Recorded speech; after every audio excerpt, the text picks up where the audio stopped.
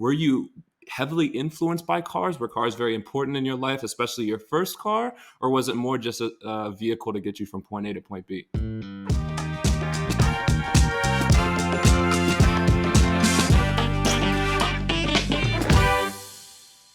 Um, I remember when I had my first car. I was 18 when I did my driving exams, and I passed on it like the quickest ever. I think I had 18 lessons, and immediately, they got me through. And then I sort of used it as from A to B. But then when I started working, that was during my studies. It was nice to have a car, but I could only, take the car of my parents, which Hmm. I sort of crashed twice, even in the first week. Well, not crashed, but it was touched by something something hard. Yeah. But and they didn't mind. They're really nice parents. But I didn't do anything. But then when I started after my studies, when I started working, I didn't have anything with cars. But then it was in the times of the 80s. There was lots of unemployment, and I could get a job at I don't know, the BOVAG, which is like sort of I don't know how you name it in English, but it's sort of like, you know what I mean. I don't know. Do I need to translate it or? Oh no, I know what the boba is. Yeah. Okay, it was at the BOVAG. And when Okay. I heard that I could work there, I was crying at home because I thought, oh, I was happy to have a job, but I was not happy to work into cars because I thought, what is the most boring thing on earth? Working for car companies. That would be, oh, I was really not happy. But when I started working there, that sort of changed. I thought, oh, this is interesting because I like the world. I like the guys that are working on cars, and I like the all those entrepreneurs that work on cars. So I sort of started loving it, but more the atmosphere than the cars, because the cars, I got my first company car then, Hmm. and yeah, and it was just, I think it was I don't know, it was a Volkswagen. I really liked that one, and the only thing that interested me was the color because they had this nice turquoise color, and that's why I chose that car. Yeah, Awesome. yeah. So that's my history with the cars. And to be honest, I still don't have a lot with cars. I do a lot because I really am in favor of electric cars, but it's more about the about why it is good, Hmm. but I don't really care about the car itself. Um, Okay.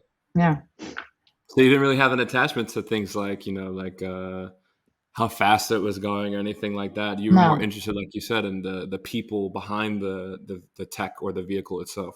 yeah, I like that company. And the only thing what I like now, because I've got an electric car now, the only thing that I'm really, really, really so happy about is the speed of departure, because I really do that all the time. I live in Rotterdam in the city, and and when I'm standing in front of the stoplights or Mhm. and there's this, you always know if there's someone next to you that wants to pull up really quickly. And I think I always used to look very, I always look out of the window, very relaxed. But the moment the light starts green, I go boom, and there I am, and I can see the guy in the back of and that's the moment I really, really love. And the other thing I really love, by the way, there's two things, is the sound of the car. That, if you put on your nice music, it's really, you can really get into the feeling of your radio or your music, because there's no sound in the electric car. Those things I really, really like. So, like you said, it's about the experience that has kind of like gotten you and towards, or I guess would compare to your love of EVs. And I'm just curious, what was your first EV that you got into, and what was your moment that you were like, all right, I'm done with petrol cars. Like you said, it wasn't a big emphasis on it anyway, but what was your moment? Like the first EV, was it the first time you got in one that kind of like got you into that world? I think how I got into this world was in 2011, and it didn't have to do anything with my love for cars, but I've got a company. I've got an communications agency. It's a big word. I'm working freelance, but I think, I got this agency. I work with lots of people on communications of people. And in 2011, the RAI, they asked me to organize their a sustainable electric pavilion. I didn't have anything with cars, but this was the time for me to get really introduced in this world. So this Mhm. pavilion was a very special pavilion. It was the time when the first Nissan Leaf was there to be shown at the Amsterdam Car Expedition. Wow. And so I was really asked, to like a real big pavilion. There was this day of seduction where people could, get into the car. It was at that time, it was sort of an orange roadster, and there was one prince of the Netherlands. He was like the chair of the Formula E team, which was sort of the organizational party of how to electrify the Netherlands. And I was asked to organize this electric pavilion. So that was the time when were we were really diving into this electric world in the Netherlands, and there was, the universities. There was all sorts of companies that didn't make any money, but they were very committed to the electric world. And I really fell in love more with the people and more with the movement than with the cars. I Mhm. drove in. That was my first experience. I drove in this orange car, the Tesla Roadster, and I really loved it immediately. I thought, oh wow, this is interesting. But the most love I had for this 2011, for this first event. And what I liked about it, that was the time when, you didn't have a lot of charging points in the Netherlands. And, Right. the new motion was there. There was all sorts of new parties involved. And when the new motion was putting one extra charging point, there would be a plug-in party. That was the time, there would be a barbecue and a karaoke set, plugged into the plug to celebrate another new charge point in the Netherlands. And that was really the time when I met all those nice professors like Auke Hoekstra and all the nice universities. And that was really the time I thought, oh, there is a revolution coming up. And when that was there, I organized it with a good friend of mine. We said, "Oh, we want to know more about this world." So in 2012, there was this electric vehicle symposium. It's a worldwide exposure. It's a worldwide exhibition on electric cars, and that was Mhm. in Los Angeles. So we said, "Well, we're Oh, nice. gonna we're gonna go to LA, and we're gonna see if who we meet there. We just want to know. We want to dive into this world." Because we've seen it now in the Netherlands. How big is it? And that was really so. It was so nice to go into, and then we met all those new persons there as well.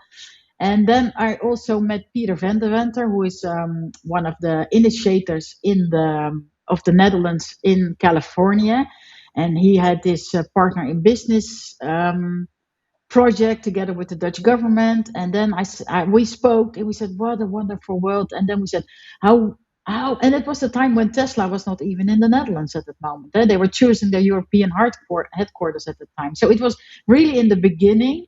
And we said, Mhm. shall we, with my contacts in the automotive sector, because as I told you, I worked for BOVAG, but when I left there, I used to work for all those companies. I said, shall we organize a tour and bring all the guys to California, go to UCLA, go to Tesla, go and meet all the movers and shakers in California? And that's how we did it. And once you meet the guys and the girls working there, you're hooked.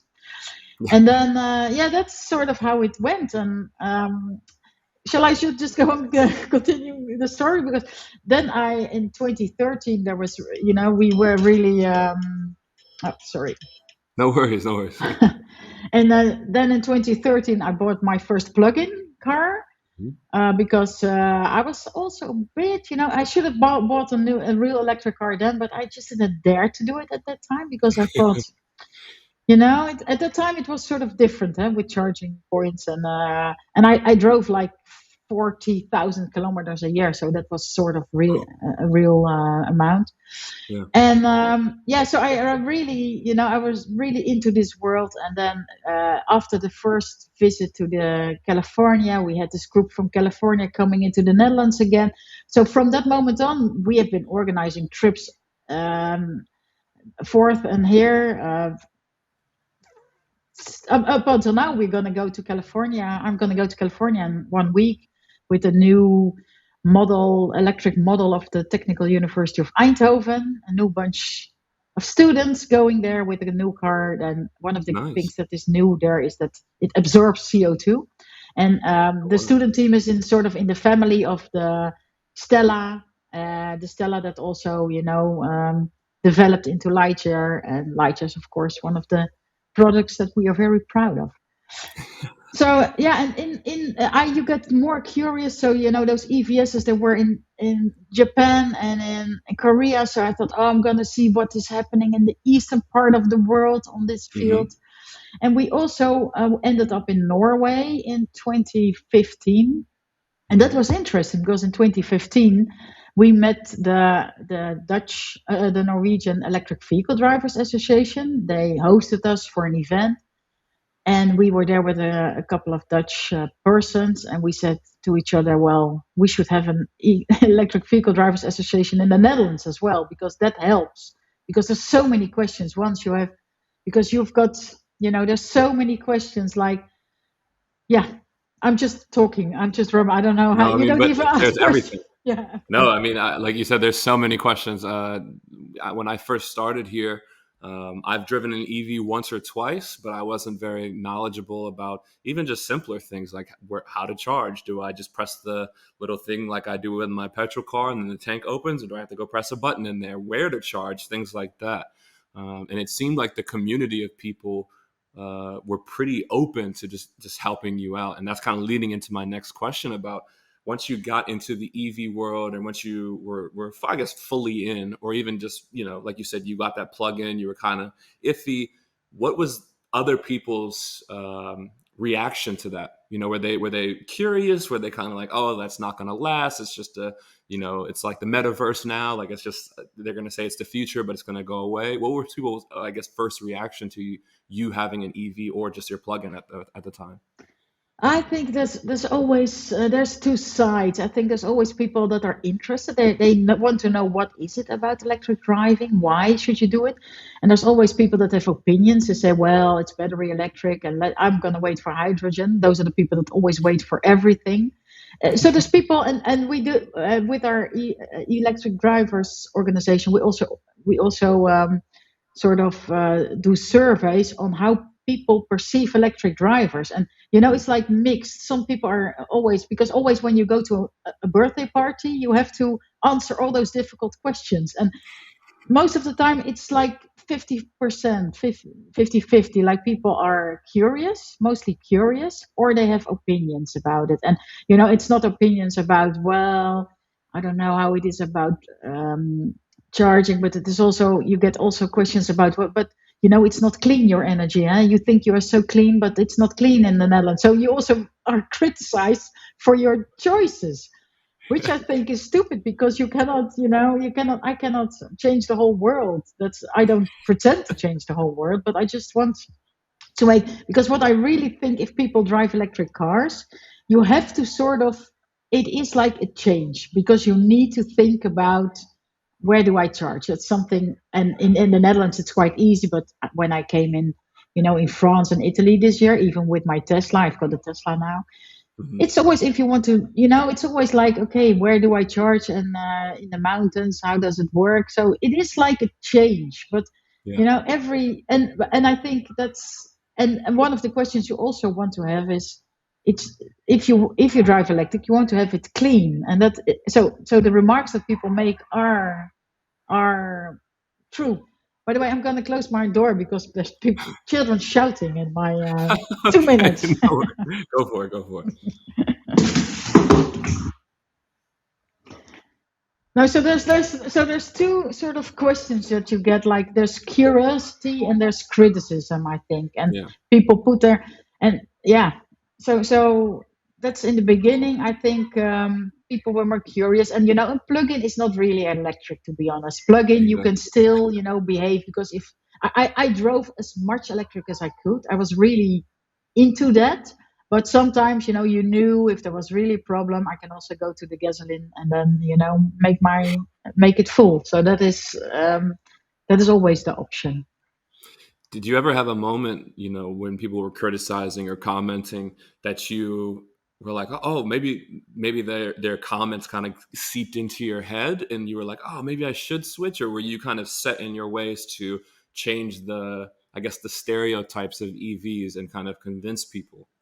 Yeah, when I became really active in because when I didn't start the Electric Drivers Association, but very soon I got into the board, and people said to me, you cannot drive and plug in if you're. I mean, you have to start driving really electric. So that is, I said, yeah, I have to do that now because yeah, so that was sort of but I didn't mind. The only problem was the money. I mean, I was having my own organization, I'm my own company, and it is expensive, so you need sort of to, yeah, it's an investment that you need to do. So but I thought I need to do it because otherwise, I don't take myself seriously. So that is. And there's this little a friend of mine. She's got a little girl who's like a sort of mini Greta, a Dutch Greta Thunberg, and she's 12 now. And since she was 6, she was saying, "Ellen, why do you go if you are so in favor of electric cars? Why do you fly to California? Because flying is not good." So she was asking me this when she was 6. And I thought, okay, yeah, but I'm doing it to make it a better world. Okay, she said, okay, but that's the only reason. Then you should be careful because you're. So yeah, She that's raises so. some This good little girl points. was a pain. That's awesome. And I mean, I always feel, you always get the things about, oh, Dutch people are very direct. So I feel like your conversations, especially in the Netherlands with people about EVs, were they didn't beat around the bush. They were Oh, very straightforward about their criticisms and about their comments, yeah, especially when it came to the price. And that's another big thing, right? Like people my age or within my age group, as we call ourselves young adults, um, we all want to get into EVs. I think most people are very like we're tech nerds. We all have had iPhones since we were 12, 13. So the premise of the EV is very cool. But when you look up, just going to a dealership, let's just take that scenario. I go to a dealership, I say, hey, I'm selling my petrol car, I want to go for an EV, and then I talk to them. 9 times out of 10, they're going to say, well, that's great if you even have the money for it. But let's say I do have the money for it. It's going to take 2 years, maybe, maybe a year and a half to a year if I'm lucky, but up to 2 years for me to even get a new EV. And that's just buying. And then there's leasing, which is a whole nother thing. So, I guess this is a two-folded question. What was your experience buying an EV? And what option did you go for first? And then on the other side, what would you say to people my age to try to get into EVs if they don't have those kinds of resources of buying one straight away? yeah. Yeah, let me first tell me about my road. I was in the board of the Electric Vehicle Drivers Association, and one of my colleagues, he is, an Excel expert. So he had all the electric cars, when they with their costs and with their possibilities and their range. And so I said to him, "What is the best job?" Because I wanted to have a Kia Niro. I was driving a Kia Niro, because I was driving all sorts of different cars. Just, people said to me, can you try it for 1 or 2 days? And, I just wanted to experience different electric cars. And the Kia Niro Right. was really good, but it was almost as expensive as the cheapest Tesla at the time. So I asked my colleague, I said, what should I do? Which one? He said, well, you have to go for the Tesla because the performance in every way is better. So this is how my road went because you don't know. And I sort of thought, yeah, I don't want to have another Tesla because, everyone is, although I sort of admire the company, I don't want, there's diversity. There's so many more cars that we need to try and drive. But, well, my next one will be a different one. But I know it is so expensive. And because of my company, there's lots of advantages. But if you're just, like, someone who wants to drive electric, and I think it's sort of, I think it is important because it changed me. I know my brother, for example, he did nothing. He had nothing to do with sustainability. When I was working with electric cars in 2011, 2012, he said, well, what? But then Tesla, came here and he said, well, I want to drive it because, of all the geeks, it's such a good car. And but so he first bought the car and then he sort of changed into a sort of more sustainable life. So the car sort of entered him in a new world, and that's what I really like, and his children as well. And so it changed, and so it changes people when you buy it. So you change sort of your behavior. Hmm. And what would I advise to young people? I think it is difficult. If people ask me, I sometimes say, you have to wait 2 or 3 years because I'm sure there's a bunch of much cheaper cars coming if you want to buy one. But if you live in the city, I would say, go and try it. That's at least one thing. And, try to maybe lease it. Lease is a cheaper option and a good option, I think. um, and maybe with car sharing is something, but yeah, it is difficult, to be honest. Yeah. Yeah, I don't know if I've got a question for you, an answer for you. I think money is not everything. I think if you don't have the money to buy an electric car, I would say don't buy a car. I would not buy a car at this moment, because if you don't have the money to buy an electric car, I wouldn't buy a car, because it's not. If you buy a petrol car, what do you think that the price will be if you want to sell it in 5 years, when there's a bunch of electric cars around and electric possibilities? So I would go for sort of, maybe I would go for the lease, because lease is interesting, because what they do in the lease is that, the buying of an electric car is expensive, but the usage is so cheap. I have Hmm. never been, the only thing I've changed in my car in 3 years now is, I think, one tire, because it was, but you have to change tires anyway. So it is so cheap to maintain that. So in the lease price, there's really good cheap lease constructions that you can do for 2 or 3 years. I would do that, or maybe do car sharing, but I would never buy now another second-hand car. It's much too expensive, and it's and it is nice. And one of the other things is that it is really nice to drive electric. It's really this extra input that it gives you. It gives you sort of a clean feeling, Yeah. just exactly the same as you if you don't eat meat. That gives you also a good feeling about yourself. And what I think is, I cannot change the world, but I can sort of change my little life, and I just want to feel good about the choices I make. And I know that electric driving is not perfect, and I know there's not clean batteries, there's not clean energy, but at least you have to work on that one. Buying a petrol car then doesn't help it at all. So I No. mean, this is the best of two not so good options. And Yeah, so absolutely. I think I wouldn't buy a car now. I would just use other possibilities. And I think as well, what you see because of you've got a lot of EV drivers, and you have to ask around in your neighborhood, or in your family.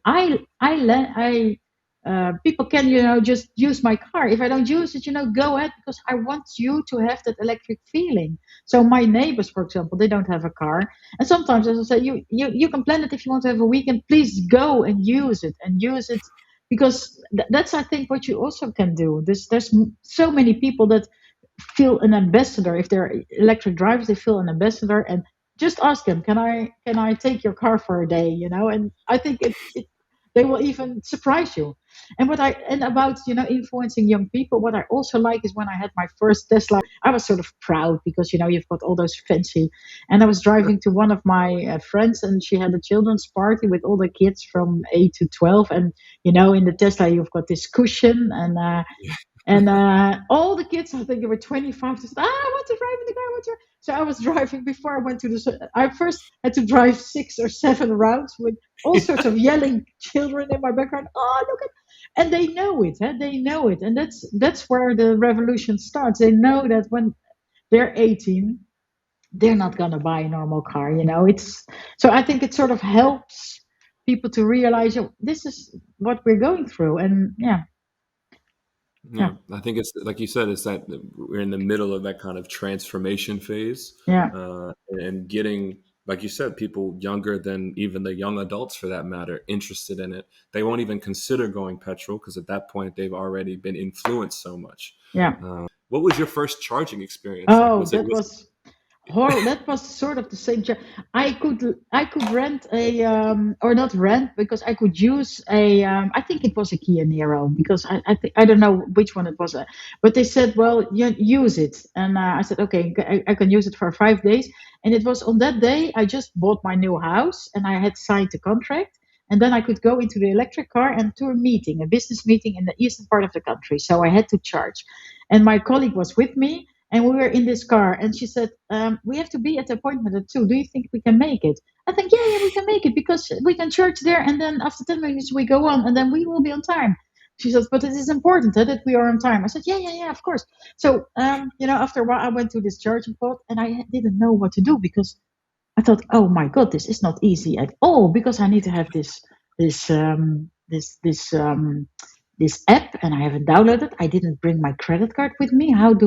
How can I make an account now? And there was 3 polls, and I didn't know. I was just trying, and it was really difficult, and I felt a bit stupid. So I called, the service. I think it was at Fastnet, to be honest. And I think, okay, what can we do? And then it was very helpful and friendly, and I said, well, okay, you can make this account like in this and this and this way, and put it in. And then I said, yeah, but it says 25 minutes. And, I've only got 10 minutes. Yeah, that's because you've been driving too fast. I was driving 140.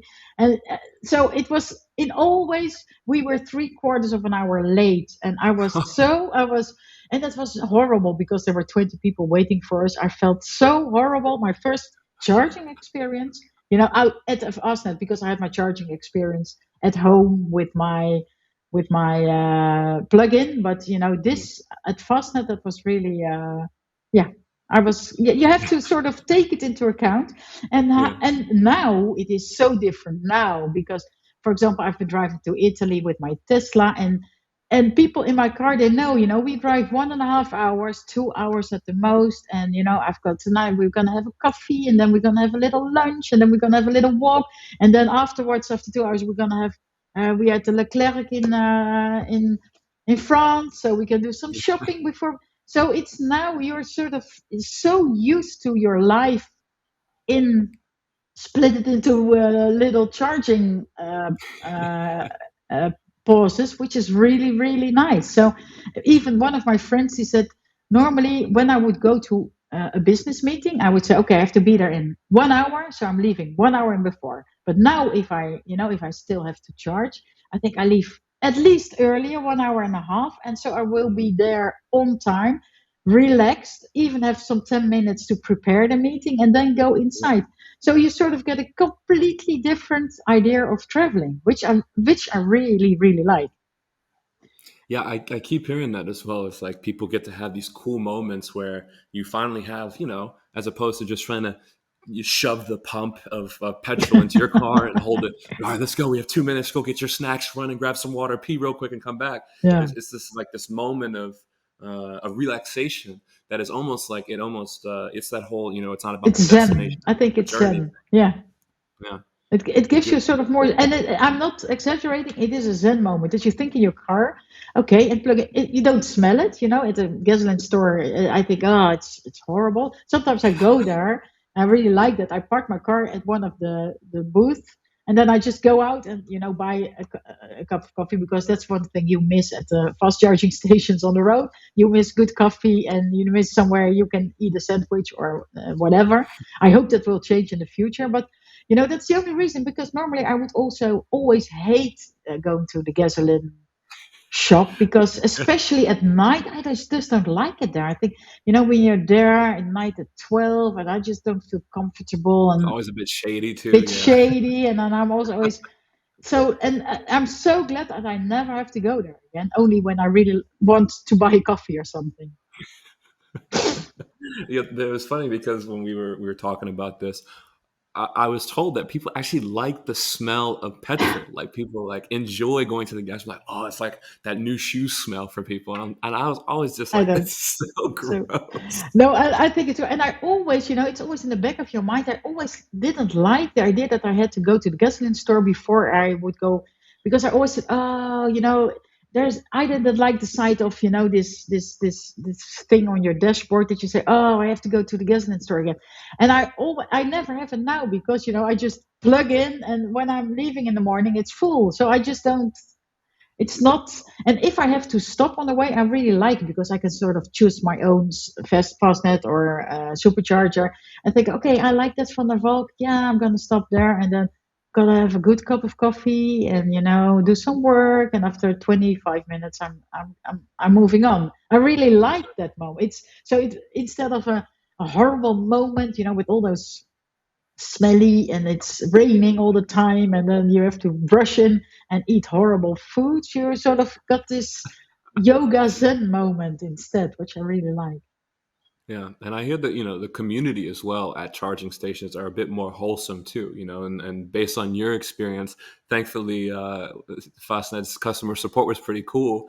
But I think at charging stations, is it usually if you're not trying, if things aren't working out, right? Like you're struggling, things aren't connecting. Do people usually help you there? Or are they just kind of watching and then waiting for help? How I guess wholesome is the community when it comes to charging I at the think station? people are so helpful. If I don't, if it's not that if they see you struggling, they immediately help you, but people really want to talk to you and help you. And sometimes what I do, because I want to have members for my association, I always start talking to people. I say, how long have you been driving your car? Do you like it? And it's like immediately you've got new friends. And that's really, and people are so willing to explain. And it's the same in our Facebook community, for example. There's always people coming in saying, well, I want to buy my first car, or I have just bought my new car.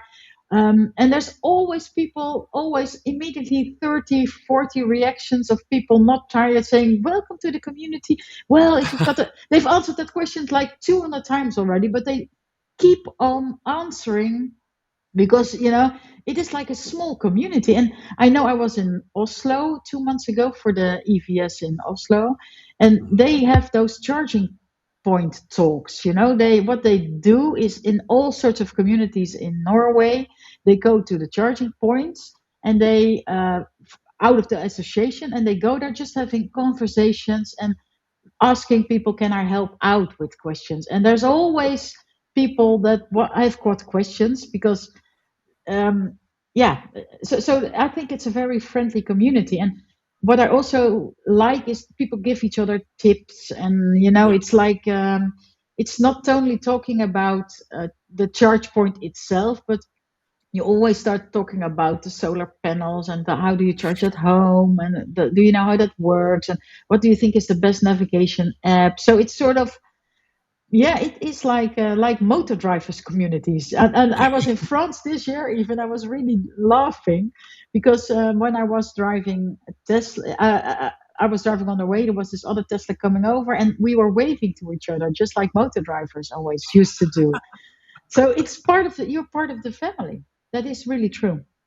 I love that, and especially when you go to those stations, you'll always see one or two people that are a bit nervous and trying to figure out if their car is going to accept the charger. Because again, there's those stereotypes or those kinds of criticisms where it's like, oh well, I can't go fast charge because I have this 8-year-old Nissan Leaf and it only accepts my plug-in charger or things like that. So, did you find anything new out about any of your vehicles when you were charging? There's so much to electric cars. There's like charge curves and all this kinds of stuff. Did you Yeah. find out anything new while you were there as well? Not just from the Yeah. community yourself. Yeah. It's like we were dry about the Nissan Leaf, the second generation. I think that you couldn't fast charge you could fast charge, but then not fast charge the second time, as with that many speed.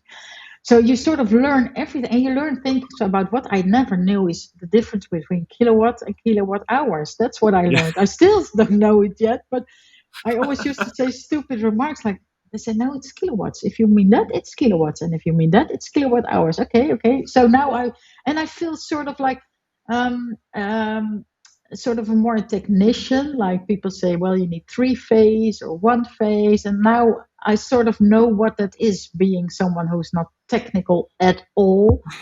But and talking about solar panels, I know that I've got solar panels on my roof, and I want to have it directly to my charging point here at home. But that's I still don't have the answer yet. But those are things you really you learn more about how energy works. To be honest, I get yeah I know more about energy, and Yeah, the it more you builds like know about it, and I think it is so because what you've got with the new generations of cars, for example, that it's bi-directional. For example, an Ioniq 5, a new car, it's a wonderful car. We had that on our booth last time at Fully Charged when that was in April in Amsterdam, and we Mhm. put our coffee machine on the car, and I thought, oh, it really works. I really so you knew about it, but you say it really works. So it's and then the whole energy transition starts to become very concrete. So that means, okay, that means I can charge, but I can also uh, decharge or charge other things. Wow, this is how it works. So that makes it all so much more close by because you're interested because it's your situation and it's your car and it's your life. And what I really like about it when we, because when you are driving an electric car, you see other electric drivers, you start talking about electric driving and you don't stop. We can speak 7 days and nights about the electric cars. And it's not about the problems, but about the possibilities and the experiences and how fun it is to I had this on my holiday to even with the Tesla that Oh I yeah. only got 5 kilometers left for my next supercharger, and I was sort of really like it was 40 degrees outside, and I thought, okay, I cannot use the airco because it's going to use. So I was even surprised because I was wrong. I had a wrong idea about how the farthest the next supercharger would be, and there was well, so it was an exciting that was an exciting day. So you can talk about it for ages. Yeah. And I Oh, was that's so I was really fun. It was really fun because I when I came back when we arrived at the people we had the holiday with, I said, yeah, it was so exciting. Only 5 kilometers left, and they said, okay, next point of discussion. But then I thought, oh, I'm gonna tell it to my electric friends because they know how it is. So I said, I got 5 kilometers left, and they said, oh, Ellen, and we had a discussion of half an hour about how. So that's how it works. I really like that. That's so awesome. I love that as well. And I think, like you said, that community just shows itself every time, whether you're at a charging station or just talking to somebody about an EV. And speaking about your rush to get to the station, where's the weirdest place you've ever charged an EV? I've heard crazy stuff about like being in farms and all this. So I'm curious on your side, what the weirdest place you've ever charged your Oh, EV was, that's or that. just a weird charging experience. Uh, oh, I have to think about that one. But if I think electric car drivers are a bit like dog owners. If dog owners, they talk about their dogs, and if they meet up, they talk about the dogs. So I think it's sort of comparable to the dog owners. That is as far as about electric. The weirdest driving experience. Or charging, like you charged in like somebody's backyard Oh, or. I drove. Oh, yeah, it was last year when we were in Brittany, and there was this. We had rented this huge farm, and there was, and I needed because there in Brittany it's like bad with the superchargers, so I needed to charge it at home. So I got into it was really difficult to get my car at the farm, but I thought, okay, I found this plug, I put it in, and after half an hour, everything, of course, went dark because I used up too many. So yeah, we sort of blown up the system, and then you have to call the owner and say what and ask him to explain to him what happened.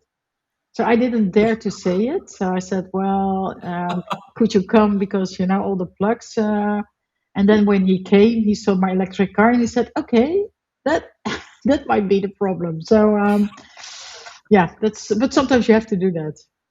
Yeah, just shut off the power grid. Yeah, instead of the whole village. Yeah. Oh, that's awesome. And just to kind of close everything up, so what would I guess with everything we talked about, and this is kind of definitely a challenge, what would your one liner say? Like if you had, you know, uh, gun to your head, you had to say one line to convince this person to get an EV, what would it be? I would say join the revolution. I would say, if you really want to make a difference, you change your life on eating vegetables, not eating meat. You change your life, and I think driving electric car is part of that one. It's a new way of this is the future. So yeah, does that sort of make sense? I I don't love know. that. Join It the makes it revolution. That's big. so It makes awesome. it makes it big, but it's like I think it is the way we should work. And you know what? As I was telling you, it's a new way of living. We need to take responsibility, and it's not that by driving a car you change the world. That's not it. That's not what I'm saying. But it's taking your part in making responsible choices, I think. And it's on all sides. And not buying an EV, you don't have to buy an EV from in my opinion. But not driving a petrol, but renting an EV or sharing an EV, that's okay. Or just do an electric scooter or whatever. But it's just, yeah, join the revolution, I think. I love that. Yeah, and I think you need to bring some passion into it. I think that's what I can just keep hearing from everybody is once you experience it, that the passion just kind of compels you to go into it, and and like you said, it will change how you view sustainability in every direction of your life, not just driving. Yeah, yeah, it's not. And like I told you that I started off with I don't like cars, and it's still I don't really like cars. I don't mind. I need to have it, and I've got my company, so I cannot. I need to have my car here because you go to all sorts of places. Right. But yeah, it's I like it, and it changes how you look at life. That's yeah. Awesome. Well, thank you so much, Ellen. If there's anything else that you do want to throw in here for the upcoming viewers. I don't know what they were gonna like about it. Yeah, I just don't know what you're gonna make of it because it's so. I'm looking for. I just don't know, but yeah, I hope it will Oh, be it's fun to going to be listen. awesome. Oh, Yeah. it's going to be.